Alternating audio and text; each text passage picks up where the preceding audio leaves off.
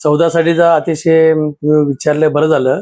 त्या ठिकाणी आदरणीय उपमुख्यमंत्री एकनाथजी शिंदे साहेबांनी आज लाडकी बहीण योजना म्हणजे बसचे अर्धे तिकीट अशी काय भरपूर काय योजना त्यांनी राबवलेल्या आहेत मुख्यमंत्री साहेब असताना.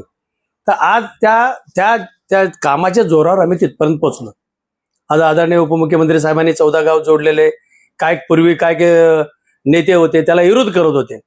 आज कुठेतरी नाईक साहेबांच्या शिंदे साहेबांच्या माध्यमातून ते परत गाव इकडे आलेले आहेत. पूर्वी गेल्या वेळेस तर तेच लोक विरोध होते, नाईक परिवार विरोध करत होते त्याला. आज शिंदे साहेबांच्या माध्यमातून कुठेतरी इकडे आलेत.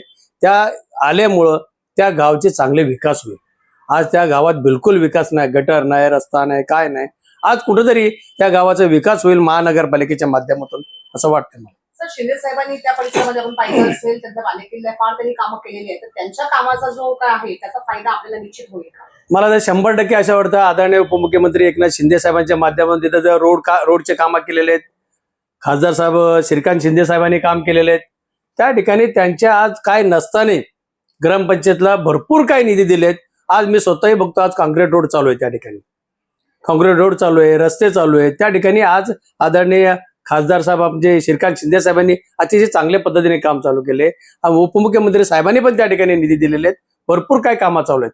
आणखीन काय कामं आहेत त्या ठिकाणी. हॉस्पिटलचं गरज आहे, त्या लोकांना तिथे हॉस्पिटल नाहीत, टॉयलेटची व्यवस्था नाही, पाण्याची नाही, शाळेची, हे सगळे व्यवस्था जे आज मूलभूत सुविधा हॉस्पिटलची एक विषय असेल त्या ठिकाणी हे गरजेचं आहे.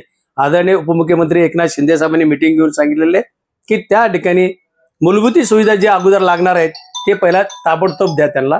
जे हॉस्पिटल असेल, रस्ते, दिवाबत्ती, या सगळ्या गोष्टी त्यांना लवकरात लवकर, पाण्याचे विषय असेल, या गोष्टी द्यायला पाहिजे.